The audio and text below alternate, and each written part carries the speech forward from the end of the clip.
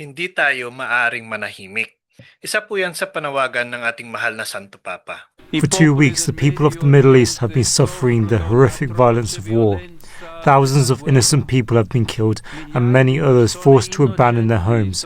I address those responsible for this conflict. Let there be a ceasefire. Let the paths of dialogue be reopened. Now, bakit nga ba bawal tayong manahimik?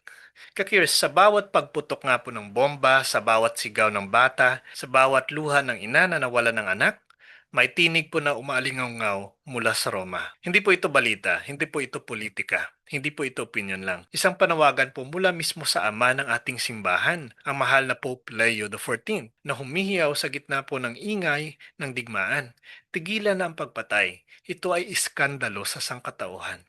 At kasunod nga po ng kanyang sigaw, may babala po siyang ibinigay sa atin. Mga Kristiyano, hindi kayo maaring manahimik. Pero bakit bawal po tumahimik? Sa gitna nga po ng patuloy po ng kaguluhan sa Middle East, kung saan po ang bawat araw ay parang bangungot, ang Santo Papa po ay muling humarap sa mundo. At hindi po siya naglabas ng diplomatic statement. Hindi siya nagbigay ng technical analysis. Simple lang, diretso at masakit. Stop. Please stop.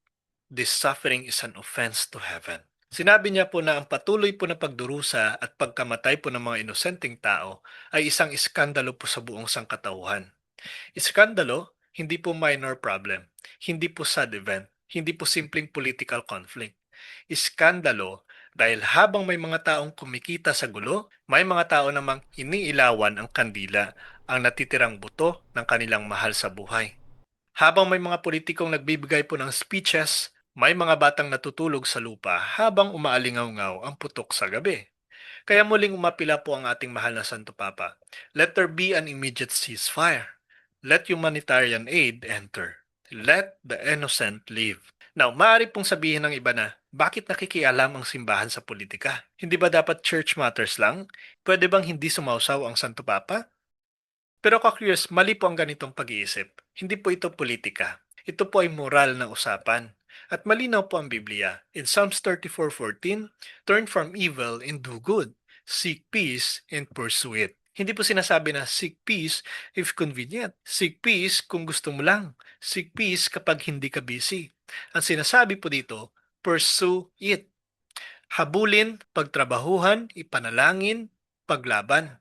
At higit po sa lahat, huwag kang manahimik. Bakit? Dahil ang katahimikan po sa harap ng kasamaan ay pakikipagsundo mismo sa demonyo. Marami pong nagsasabi na hindi ko naman gera yan.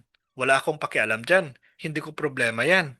Yan po ang madalas na sinasabi. Pero kung totoo man yan, ituro niyo po sa akin ang kahit isang turo ng ating Panginoong Jesucristo na nagsasabing maging manhid ka.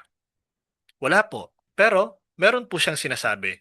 Proverbs 31 verse 8 to 9, speak up for those who cannot speak for themselves. Sa harap po ng kawalang hustisya, ang katahimikan po ay pagsang-ayon, pagkukonsinti, pagtakas sa responsibilidad. At ang masakit po na katotohanan, maraming tao po ang namamatay dahil mas pinili po ng iba na manahimik. Habang pinapanood nga po natin ang balita, habang nag-scroll po tayo, habang nagti-TikTok tayo, may mga tao pong nawawalan ng pamilya, nawawalan ng bahay, nawawalan ng laman ng ref, nawawalan po ng kinabukasan, nawawalan ng pag-asa. Tapos sasabihin lang po natin, ano bang magagawa ko? Wala naman. Pero ang demonyo po saktong-sakto ang sagot. Perfect. Manahimik ka lang. Ako ang bahala sa digmaan. Yan ba talaga ang pag-iisip ng isang tunay na Kristiyano? Now, sa mensahe nga po ng ating mahal na Santo Papa, muling sinasabi niya, indifference kills. Hindi po kailangan ng bala para pumatay. Minsan, isang malamig na puso ay sapat na. Ang sabi niya po ay, a Christian who does not care about human suffering is not living the gospel. At totoo po yun, dahil si Jesus mismo ang nagsabi. Matthew chapter 5 verse 9, blessed are the peacemakers. Hindi po blessed are the silent. Blessed are the neutral. Blessed are the detached. Hindi po, dahil kung Kristiyano kang tunay, may papel ka sa kapayapaan. Ang digmaan po ay hindi lang political conflict. Hindi lang po ito territorial dispute. Hindi lang po clash of interest. Ito po ay ugat ng kasalanan. Paghahangad po ng kapangyarihan, pagkalunod mismo sa galit, pagkapit sa pride, pag-ayaw sa kapatawaran, kasakiman, at pagbulag po sa konsensya. Hindi po natatapos ang gulo hanggat hindi po natatapos ang kasalanan. At walang batas, walang hukbo, walang tank, walang kayang tumalo po sa kasalanan. Meron lang po isang pwedeng tumalo, ang presensya ng ating Panginoong Kristo. Kaya ang panawagan po ng ating mahal na Santo Papa ay hindi lamang po political appeal. Ito po ay spiritual mission. Hindi po tayo helpless. Hindi po totoo na wala tayong magagawa. Narito po ang tungkulin ng bawat isa sa atin. Una, manalangin. Hindi po prayer na, Lord, sana matapos ng gulo, kundi matinding panalangin, pakiusap, pagsusumamo na parang ikaw mismo ang nasa gitna ng digmaan. Pangalawa po, magsalita. Maging boses po ng katotohanan, maging boses ng kapayapaan, maging boses ng Diyos.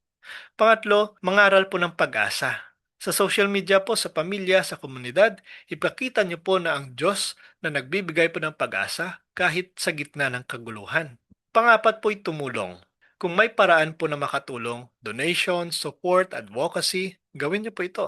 Makabubuti po ito. Panglima at panghuli, makiisa sa Eucharist.